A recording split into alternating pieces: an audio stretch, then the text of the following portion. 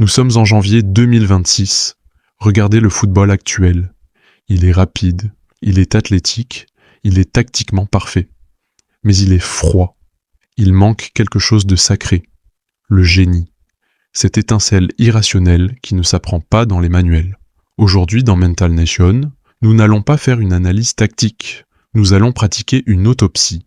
L'autopsie d'une espèce disparue, le magicien brésilien. Pourquoi des joueurs comme Ronaldinho sont-ils devenus impossibles aujourd'hui ? Pourquoi des talents comme Neymar finissent-ils brisés plutôt que légendaires ? La réponse n'est pas dans leurs pieds. Elle est dans le choc brutal entre la souveraineté de l'âme et la bureaucratie de la performance. Commençons par le dernier spécimen pur, Ronaldinho Gaúcho. Il n'était pas un produit de centre de formation. Il était une anomalie spirituelle.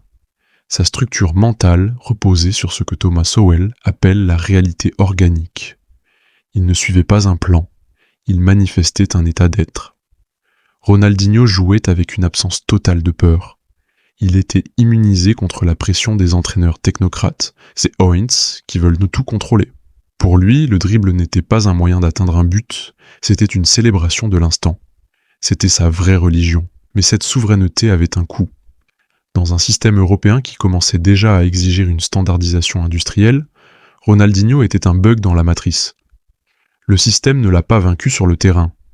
Il l'a simplement rejeté parce qu'il ne pouvait pas le transformer en un rouage fiable et prévisible. Puis est arrivé l'héritier, Neymar Junior. Il a reçu le même don divin à la naissance, mais son architecture intérieure était radicalement différente. Là où Ronaldinho était un bloc de joie souveraine, Neymar est un génie fragmenté. Neymar a commis une erreur métaphysique. Il a déplacé son centre de gravité du terrain vers l'image. Il a embrassé la fausse religion du branding. Il est devenu une entreprise multinationale avant d'avoir terminé sa construction d'homme. Sans une structure intérieure solide, ce que j'enseigne à bâtir dans ma méthode, il a cherché sa sécurité à l'extérieur, dans un clan complaisant qu'il a maintenu dans un état d'enfance permanente. Le résultat est tragique. Le système moderne n'a pas tué le talent de Neymar, il l'a corrompu. Il a vidé le geste de sa substance spirituelle pour n'en garder que la valeur marketing. Alors, pourquoi 2026 ne produit plus de magiciens ? Parce que la vision des Owens a pris le contrôle total du football. Le système a déployé 2 armes fatales contre l'instinct. Première arme, la dictature de la data. Aujourd'hui, chaque mouvement est quantifié, et la data déteste le risque. Si vous tentez un dribble impossible et que vous échouez, votre note d'efficacité s'effondre. Le système punit l'improvisation, il préfère un soldat qui fait une passe latérale sûre à un artiste qui tente l'impossible. Deuxième arme, le formatage précoce. On ne laisse plus le temps au Joga Bonito de naître dans la rue.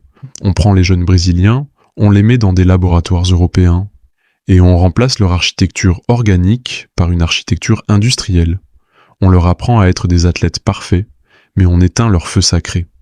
Cette autopsie nous laisse une leçon brutale qui dépasse le football. Regardez Ronaldinho. Le génie pur finit exclu s'il refuse toute discipline. Regardez Neymar. Le génie sans structure intérieure finit dévoré par le système. Regardez le foot actuel. La structure sans génie devient une bureaucratie ennuyeuse. La seule solution, pour eux comme pour vous dans votre vie, est de devenir l'architecte souverain. Vous ne pouvez pas laisser le système, votre entreprise, la société, les réseaux sociaux, formater votre instinct.